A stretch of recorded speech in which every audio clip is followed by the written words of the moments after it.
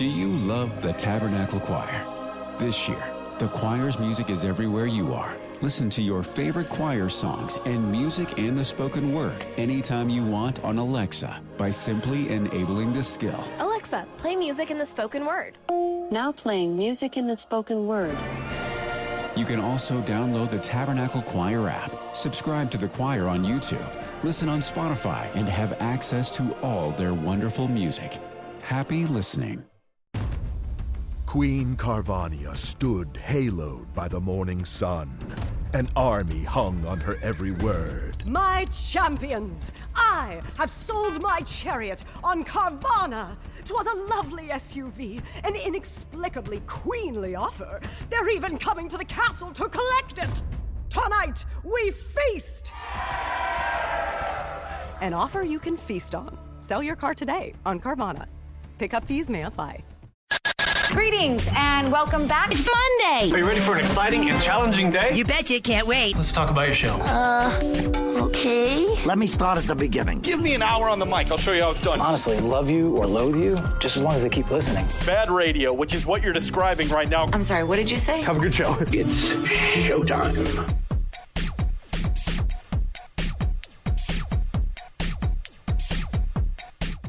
Good morning, DJ and PK. It's 97.5, the KSL Sports Zone. Welcome in on a Monday morning.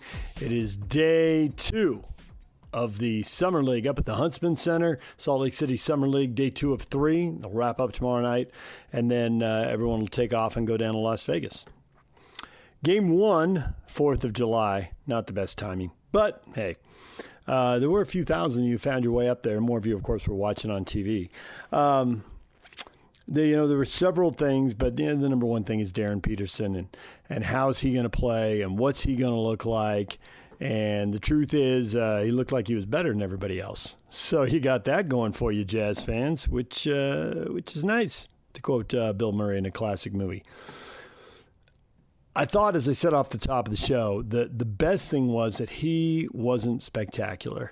He went out there and just made the play that was in front of him, created shots, a step back three here, driving layup there. There was nothing crazy and outrageous. It looked pretty easy. And yet he ends up with 28 points, shot better than 50% from the floor, 11 of 21. He was 4 of 7 from the three-point line. He was 2 of 3 from the free throw line. He also had 5 rebounds and 2 assists. Now, he did have the 8 turnovers, and a couple of decisions were clearly his fault. But also he had the ball in his hands a lot, and it's a summer league, and these guys don't know each other and don't know the offense. So stuff's going to happen. Cody Williams had the ball in his hands a lot, and he had 6 turnovers. The message has to be clear. You got to cut down on the turnovers. And we'll watch over the course of the summer league and see if those go down. They should. A little more time together and that messaging. And obviously things will have to be really different in the regular season. And they will be, because if he keeps doing that, the ball won't be in his hands all the time. But for the Summer League opener, I'll notice it, but I'll largely write it off. I just thought it was a really good opening night performance for Darryn Peterson. He looked comfortable, and the game looked pretty easy for him, and that's what you want. The game looked pretty easy for Ace Bailey, too. 10 points. 4 of 8 shooting the ball. He had 6 rebounds and only 1 turnover. Cody Williams had 17 points in 34 minutes. Does look a little bigger. Looks like he's putting on weight. And we'll see how he plays. He needs to dominate in the Summer League, because if you don't dominate in the Summer League, it's hard for you to contribute when you get to the regular season. That is something we have seen over depends on how long you've been watching Summer Leagues in Utah, depending on how old you are. 10, 20, 30 years. That's how long I've been here. It might be 40 years. I can't speak to what the Summer League looked like before that. But the guys who come in and dominate in the Summer League, they have a chance to contribute in the regular season. If you're struggling a little bit in Summer League, yeah, you're probably buried on the bench in the regular season. You got to get better. So it did look pretty easy for some of the Jazz stars out there. Well, at least the high-profile guys. We'll see about stardom. And I thought that was true for some of the other guys out there. There were a lot of, familiar faces. Kingston Flemings, who's a Atlanta Hawks high draft pick, he struggled. He was 4 of 16 shooting the ball. obviously some red flags there, and it could just be that it's game one. We'll see. I had lost track of Gabe Madsen. He, former Ute, was in the G League last year, and he's on the Hawks Summer League team. He had a 15-point game. Game 2 coming up tonight. How will Darryn Peterson handle that? Will he play all 3 games in Salt Lake? I think there's a decent chance that a lot of the bigger names play tonight. I don't know if they'll want him going back-to-back with Game 3 tomorrow, or if they'll mix up the roster and give guys a day off and then bring them back in Vegas. So you might want to get up there tonight. We should mention in the other game, the Memphis Grizzlies blew out the Oklahoma City Thunder, and that game was noticeable because Cameron Boozer made his debut, 15 points, 7 of 11 shooting, 4 rebounds, 4 assists, only shot 1 free throw. So nice start for Boozer, and the former Jazz man Taylor Hendricks had 15 points on 5 of 6 shooting in only 12 minutes. So he did not need long to make an impression. And another former Utes on that team, if you watch Memphis, you'll see Lawson Lovering, who was in the G League last year. So plenty to check out if you want to go up to the Huntsman Center for the doubleheader today at 5 and 7 o'clock. And the Jazz and the Grizzlies play, so if you want to see Boozer and Peterson head-to-head-ish, since they're probably not going to be matched up on each other very much. But that game's 7 o'clock tonight, and I'll have it for you on KJazz as well. So, all right, DJ and PK, we got to take a break. Stay with us. DJ and PK right here on The Zone. Welcome back to the show. Oh, I love a Monday. So how was your weekend? Fine weekend. Yeah, good weekend. The weekend is over. Okay, so it's Monday. Here we go again. Here we go again. Again. Finally, let's get back to it. Back to what? Back to what? Work. Okay, let's do it. It's showtime, folks. Good morning, DJ and PK. It's 97.5, the KSL Sports Zone. Welcome in on a Monday morning. It is day 2 of the Summer League up at the Huntsman Center, Salt Lake City Summer League, day 2 of 3. They'll wrap up tomorrow night, and then everyone will take off and go down to Las Vegas.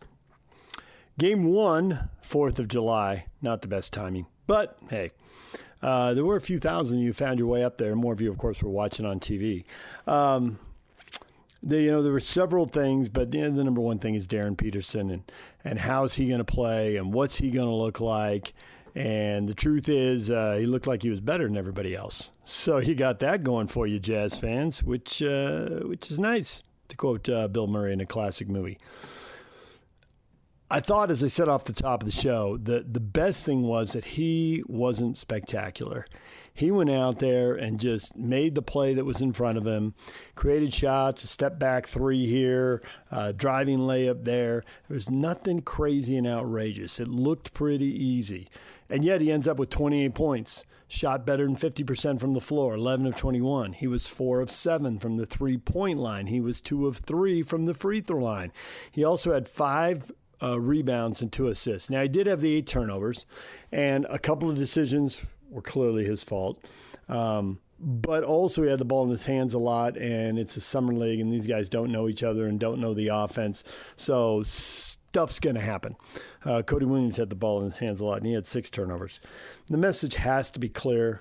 You got to cut down on the turnovers. And we'll watch over the course of the summer league and see if those go down. They should. A little more time together and that messaging. And obviously things will have to be really different in the regular season. And they will be, because if he keeps doing that, the ball won't be in his hands all the time. But for the Summer League opener, I'll notice it, but I'll largely write it off.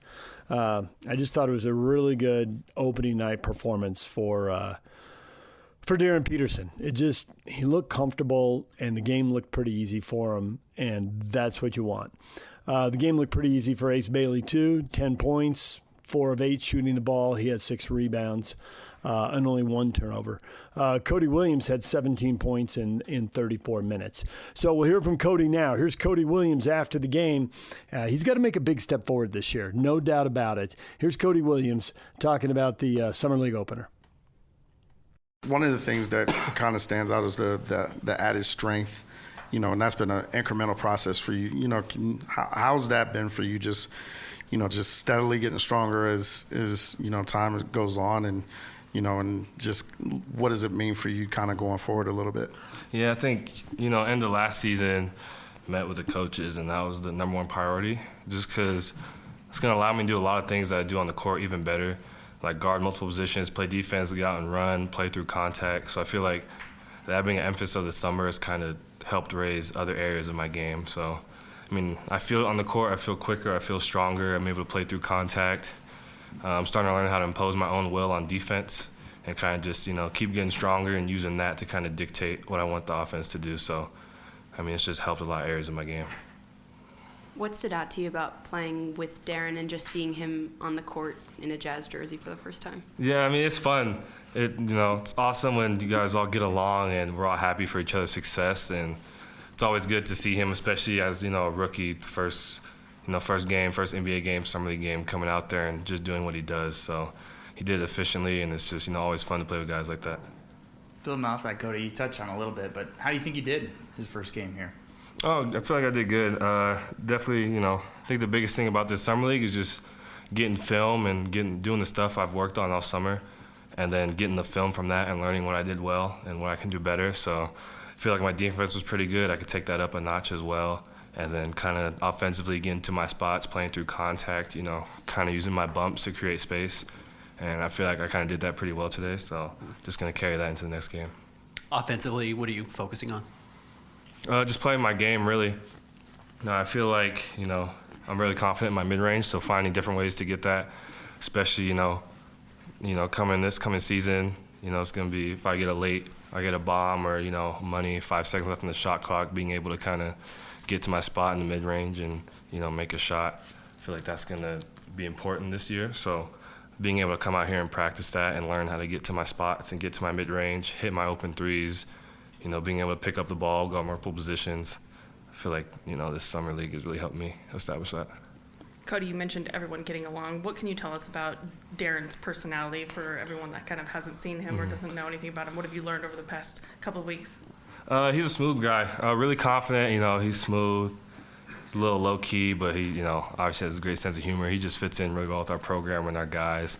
So, it's always a joy to just be around him, on the court and off the court. So, I mean, great guy, class act, really professional, on time, shows up early, is on the court early, does everything he's supposed to do. So, just a great teammate.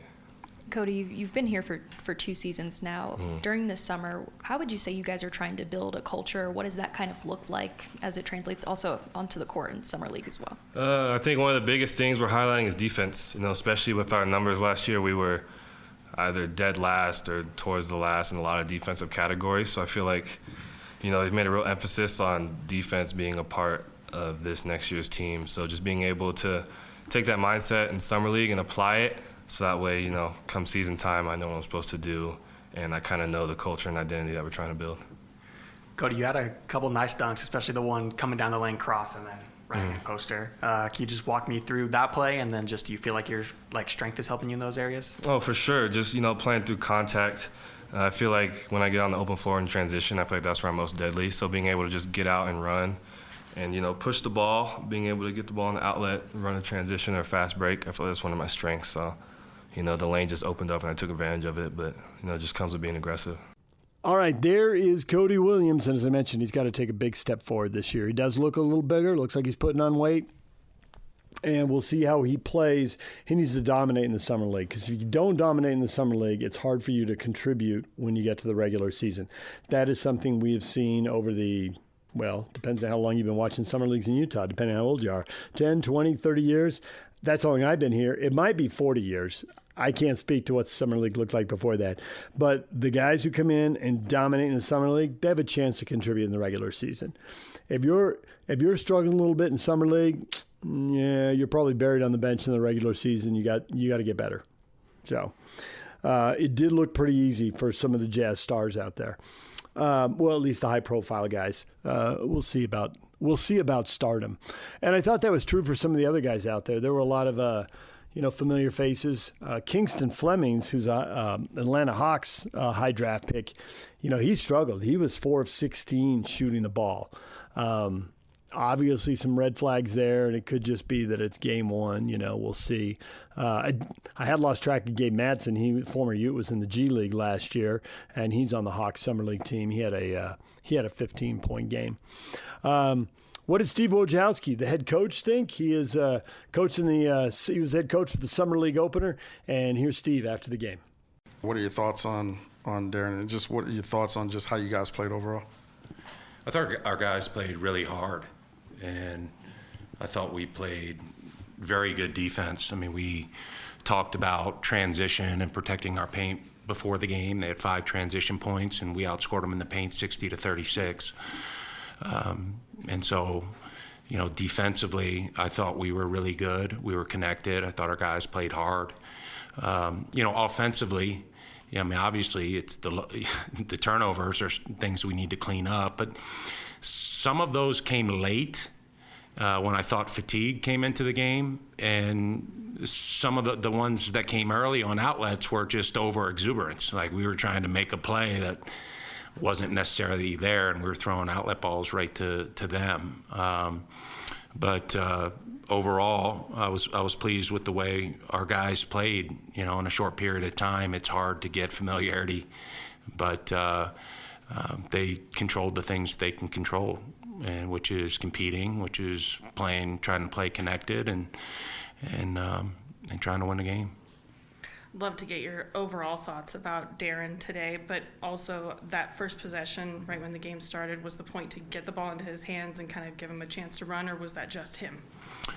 No, I mean, we want Darryn to be aggressive, whether he's on the ball or off the ball, and that's one of the things that's exciting about Darryn. He's really good on the ball, and you can play him off the ball, and he's dangerous there. He's been an incredibly impressive kid. His maturity is well beyond his years. And, the idea that these games are easy when the top picks especially haven't played since their season ended, that's a lot to ask. And I thought he played to his identity, which is a mature, really good young basketball player. In the lead-up of this game, you had said that Darryn was everything that was advertised in the lead-up of the draft. Was this kind of what you saw in the background and in practices and in scrimmages for what fans kind of saw as the first glimpse of him today? I think really good players rise. They meet the moment. And so, it's obvious in, 3 or 4 days of a short practice, you knew he was really talented, but I think the game even brought out more. And I was proud of how aggressive he was. We want him, and this group is going to need him to be aggressive. And that's the best way for him to learn, is by being aggressive, trying to make plays, and majority of the time for him, they're going to work out. How did you see Cody affect the game? Cody's a different player. I mean, I thought Cody was outstanding defensively. He had some really good defensive possessions. He had some strong drives, and I thought he had some good rebounds as well.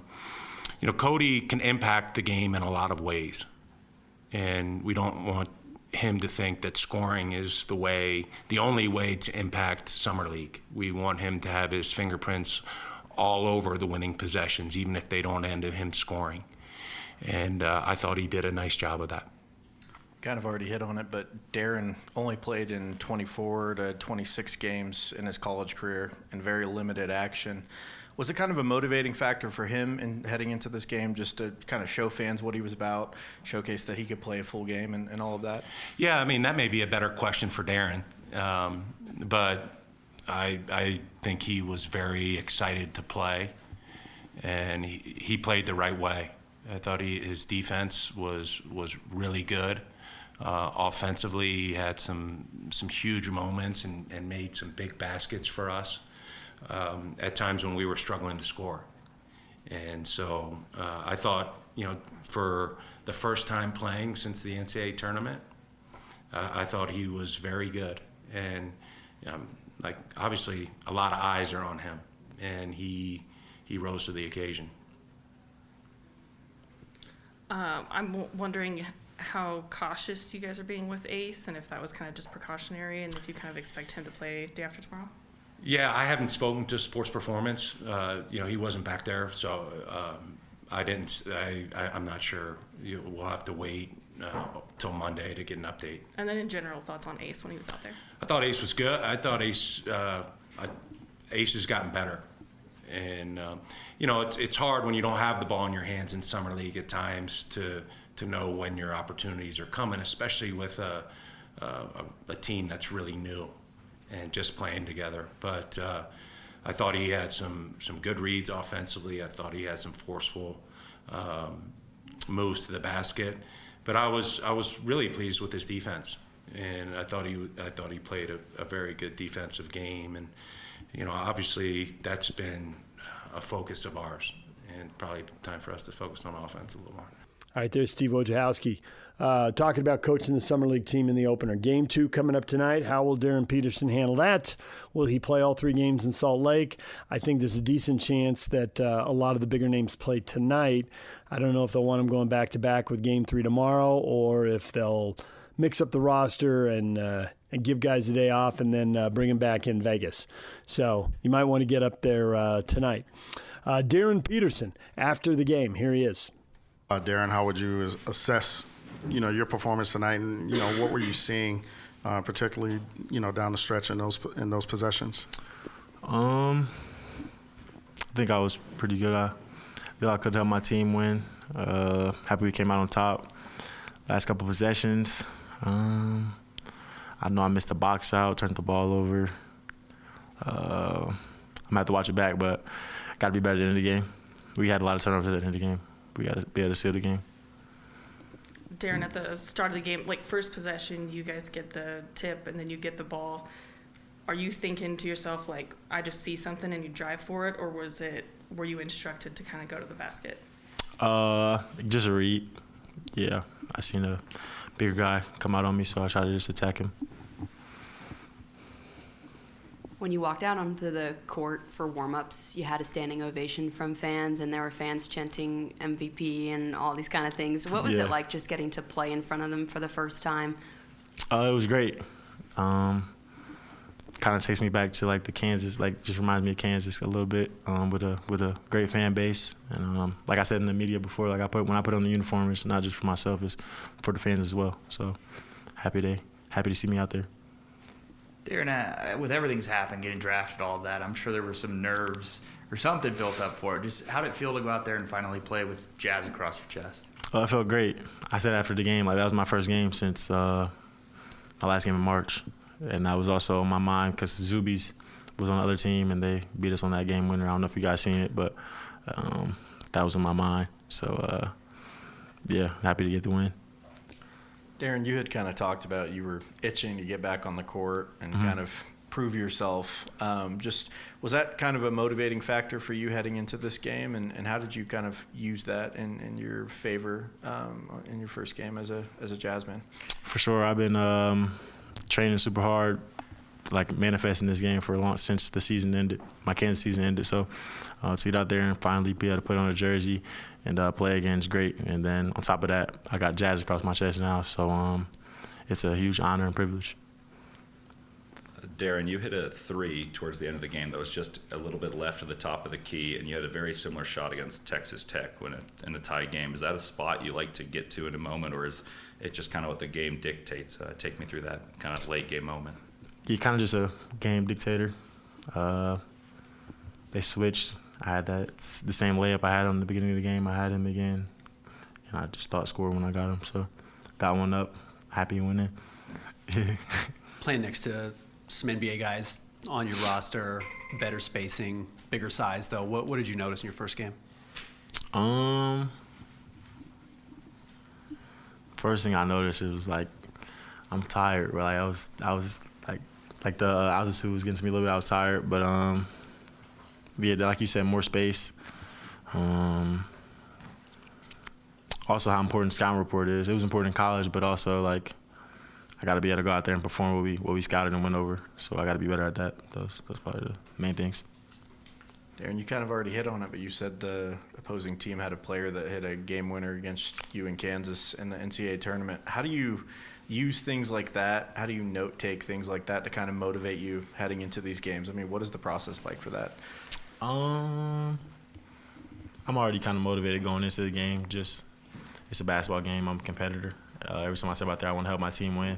But I use that as a little bit extra just because he ended my freshman year. So I kind of use anything I can.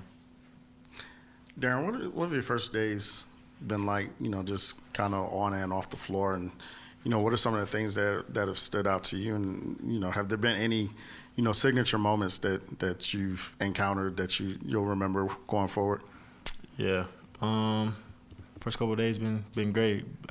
Practice, going hard, competing every day. Leaning on guys like Keontae. He's been at every practice and been pushing me to do certain things and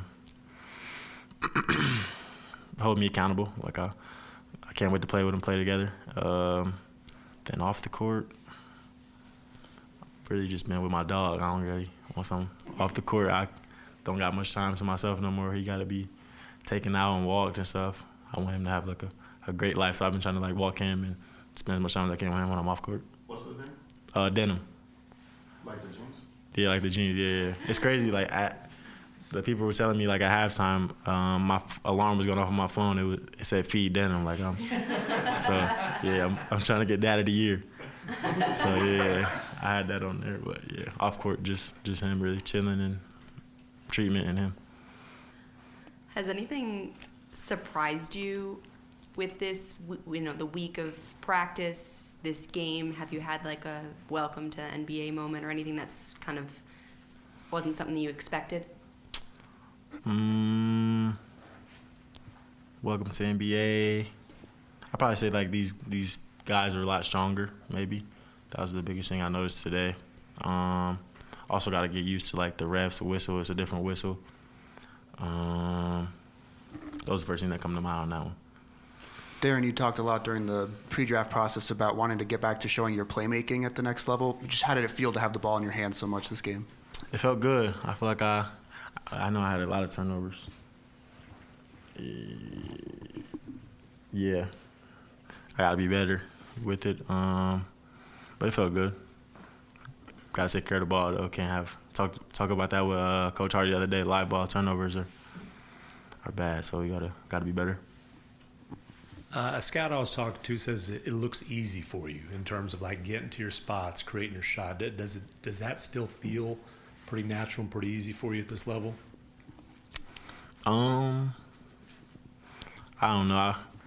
I train super hard to try to make the games easier for me, but I wouldn't say it's easy. I just try to find my spot. Like they said, I just try to find my spot and get it up or make a play, but I wouldn't say it's easy. Still got to work. I know you've talked a lot about having conversations with Keontae, but quite a few vets are back from Bryce, Jarron, Isaiah. What have those conversations been like? Mainly just with Keontae, but those guys are at the scrimmage we had the other day. So they just basketball stuff, really. We spent some time together at Coach's house, and we'll probably get together today for the 4th, but just been like welcome and happy to have me, that kind of stuff. Only one that's been like coaching me up is Keontae on court. All right, there is Darryn Peterson after the Summer League opener. We should mention in the other game, the Memphis Grizzlies blew out the Oklahoma City Thunder, and that game was noticeable because Cameron Boozer made his debut, 15 points, 7 of 11 shooting, 4 rebounds, 4 assists, only shot 1 free throw. So nice start for Boozer, and the former Jazz man Taylor Hendricks had 15 points on 5 of 6 shooting in only 12 minutes. So he did not need long to make an impression. And another former Utes on that team, if you're watching Memphis, you'll see Lawson Lovering, who was in the G League last year. So plenty to check out if you want to go up to the Huntsman Center for the doubleheader today at 5 and 7 o'clock. And the Jazz and the Grizzlies play, so if you want to see Boozer and Peterson head-to-head-ish, since they're probably not going to be matched up on each other very much. But that game's 7 o'clock tonight, and I'll have it for you on KJazz as well. So, all right, DJ and PK, we got to take a break. When we come back, Greg Wyshynski, PK and I talking to him on Friday, and getting his take on things and how everything sets up here. Greg Wyshynski, stay with us. DJ and PK, he's coming up next right here on The Zone. Evening. Buyer's remorse. Buy a new car? I'll be moving in. Let's get started. Sorry, I think there's been a mistake. I bought it from Carvana. You what? Yeah, great price. I even have 7 days to love it or return it. So there's no... No buyer's remorse. More like buyer's rejoice. I guess I'll let myself out. Congratulations. I mean it. Buyer's rejoice. Buy your car today on Carvana. Limitations and exclusions may apply. See our 7-day return policy at Carvana.com.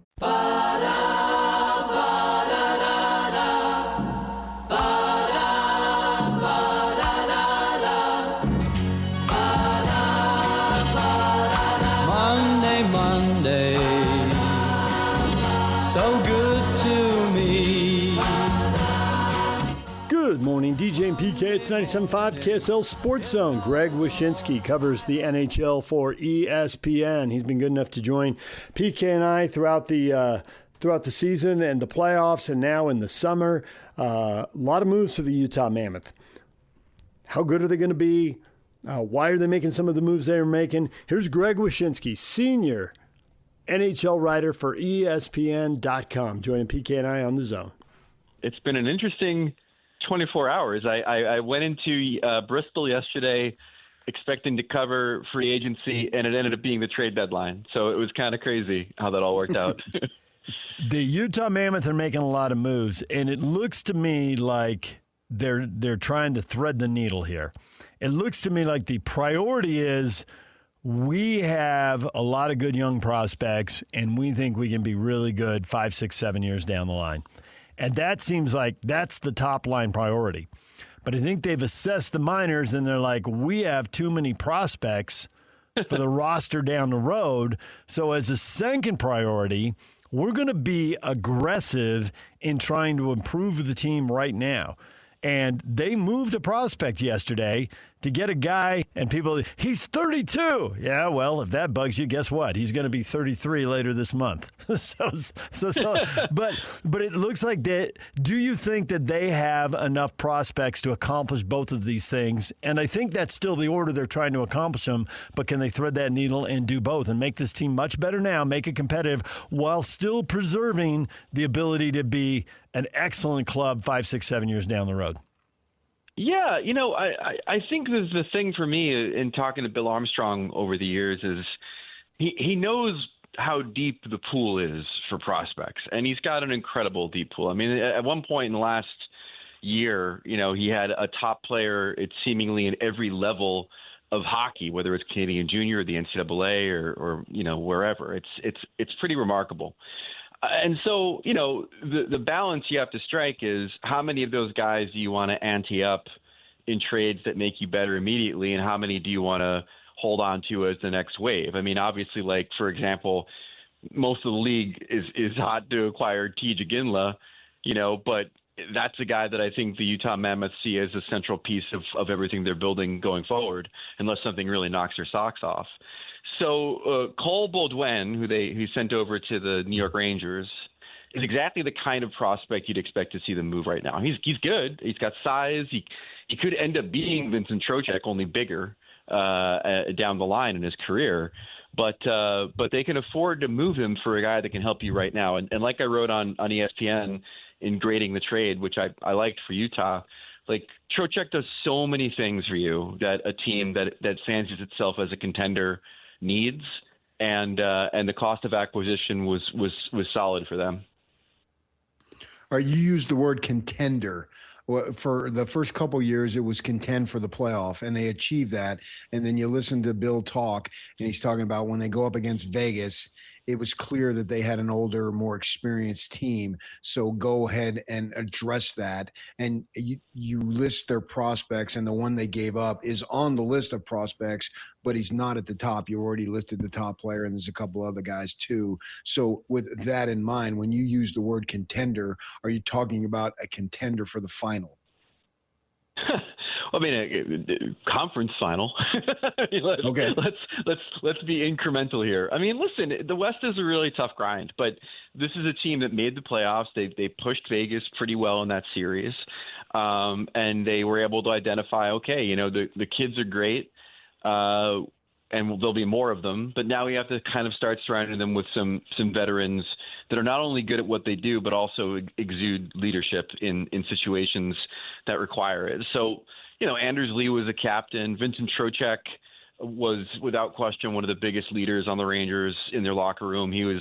I wrote a story about him a couple of years ago. He was the guy who would invite the entire team over to a big Italian dinner at his parents' place in Pittsburgh when they were on the road. Like, he's that kind of guy. And so not only do you have players that sacrifice on the ice and give it everything they have to win, but you also have players that are just quality individuals behind the scenes, bring a lot of leadership and bring a lot of veteran savvy, which is great in tough situations like a playoff series, but also great just as a model for the younger players to know how to carry themselves and know how to react to situations. Do you see any potential missteps, or do you think they hit home runs, or is there a little problem out there, a little speed bump in the way? My concern about the Trocheck deal, and I'll say this before I praise him, is he is older.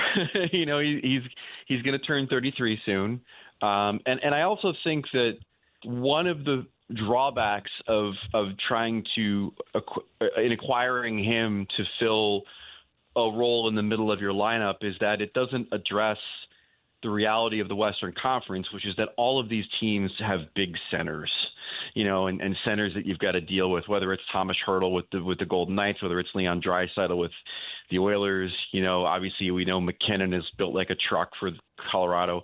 And so Trocheck's not a big guy. He plays big. He plays with a lot of tenacity and a lot of heart, but he's not a big guy. So from a acquisition kind of roster building standpoint, that was one of my concerns. But again, like the upside of Trocheck, assuming that he can kind of recapture a little bit of the offensive magic he lost on a pretty bad Rangers team last year, is that he's able to play a number of different roles. He could be your top line second line center. He can play the wing. He can kill penalties like we saw when he won the gold medal for Team USA in Italy. He can be on the power play. He's good on faceoffs. Like, there's just so many things that he brings to a lineup, and a diversity of skill and a comfortability playing different roles that I think makes him a great pickup, not only now, but you know, towards the end of his contract. How about the aside from these moves that they made here most recently, the move the other day of acquiring a goaltender in Sebastian Cossa? What do you think of that one? Oh, I like it. You know, Cosa's a guy who just never seemed to find traction within the Red Wings organization. You know, he was always tagged as being a goalie of the future, and then despite having some pretty bad goaltending, they never really called upon him to be as such.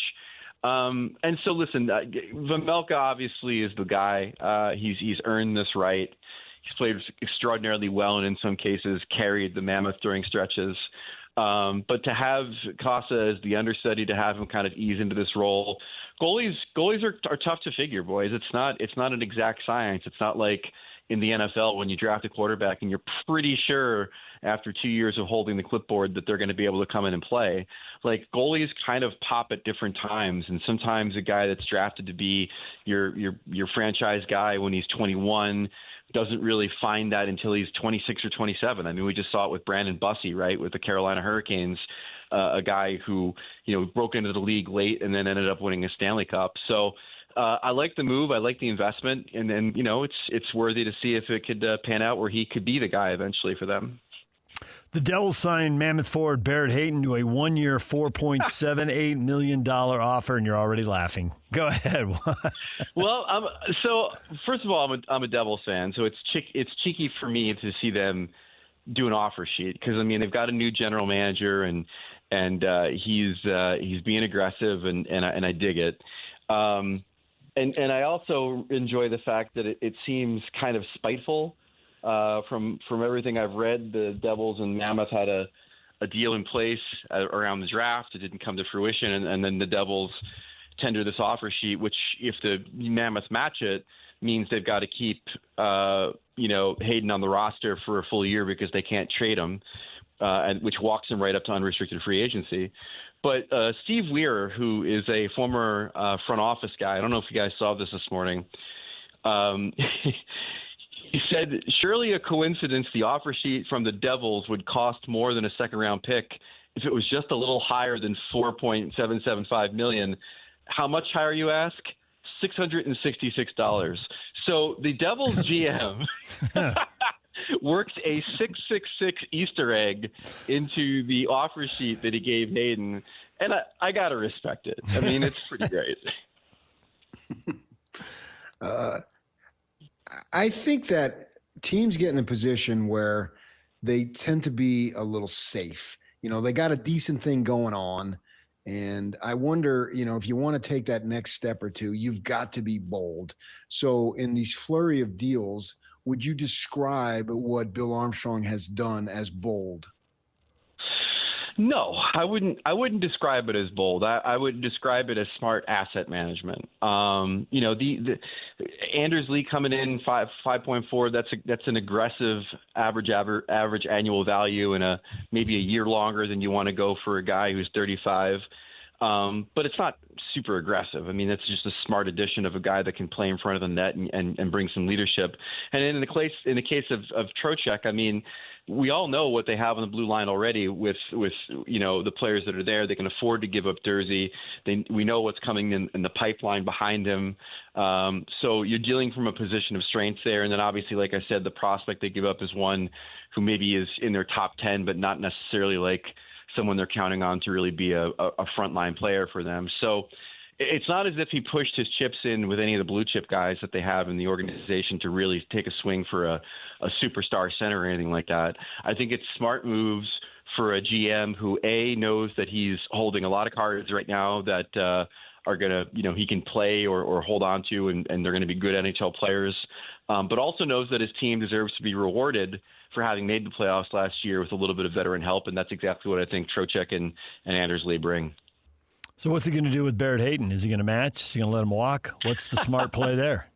I mean, typically the smart play is probably to let him walk, if we're being honest, because as valuable as he can be to this lineup, the idea that you can't move him if you need to is sort of frustrating, and having him get walked right up to unrestricted free agency. But, you know, typically when we see offer sheets in this league, and we haven't seen a lot of them, the reaction is usually the team matches. And I think the expectation is that the team's going to match, only because you don't want teams to start trying to raid your cupboard if they think that they can. But this was fun. This is aggressive. This is exactly what we thought we'd see in this offseason in the NHL, because as everybody watched yesterday, the free agent frenzy did not feature a lot of guys that really move the needle or players of a certain age that you'd want on your roster. The only way to acquire those players is by trade or by offer sheet. And so maybe there's a little bit of spite behind this one, as we've mentioned before with the Devils, but it's the kind of aggressive move that I think this won't be the last offer sheet we see in the offseason. I don't think there's any maybe. I mean, when you put a 666 Easter egg in there, I mean, that just seems like spite. That seems like you know which finger. I mean, like, I don't know what the backstory is with those two, but right now I'm assuming there is one. Here's the backstory. Sonny Maeda, the Devils GM, he used to be a poker pro, and also he's from Jersey. So this is just him speaking his native tongue, this spitefulness that he's delivering to Bill Armstrong. Why the spite? Okay, Greg. Why the spite? Why the spite? Oh, it's the Jersey attitude. That's all it is. All right. Yeah, exactly. All right, Greg. I'm from New Jersey. My mother, full-blood Italian, born and raised in West Orange. And you spoke of that big Italian dinner in Pittsburgh. In order for it to be successful, I think the most important thing you need to have is the quality of the meatball. If the meatball tastes like my mother's meatballs, then I'm okay with the rest. But in order for it to grade out as an A+, don't you agree the quality of the meatball is where it's at? My mom makes killer meatballs too. Now she's Irish, so that can only go so far. Okay, my father's Irish, so I'm okay there. Yeah, so there you go. So she loads them up with enough garlic where sometimes it's painful afterwards after you eat them, which I think is exactly how it should be. For me, and I noticed this last night as I was giving my kids some pasta for dinner, I realized that the quality of cheese is very important. The only cheese I had in the house was like that prepackaged, one that you get from the grocery store. It's not like freshly cut. And I put it on her pasta and I tasted it. I'm like, I'm sorry. Like, I just gave you shredded cardboard, basically. I felt really bad. But I mean, I think the quality of cheese is also an underrated aspect of the family meal. Well, now I'm getting hungry. Greg, we appreciate the time as always. Thanks for coming on the show again. The Mammoth keep making moves, and we need you to keep coming on and telling us all about them. We appreciate it. Thanks. Sure thing. Anytime. Thanks. Greg Wyshynski, you can read him at ESPN.com, senior NHL writer. All right, there's Greg Wyshynski. When we come back, what is trending? The headlines are next. Best thing that's ever happened to you financially. Go. Easy. Sold my car on Carvana. Amazing offer. Really? I hit 200 on the scratcher. Did the scratcher come to your house and hand you a check? No. How many scratchers did you hit to get that? I hit a button on Carvana.com once. Okay, that's fair. It's like the lottery, except you always win. Not like the lottery at all, actually. Exactly. Inexplicably good. Offers worth bragging about. Sell your car today on Carvana. Pickup fees may apply.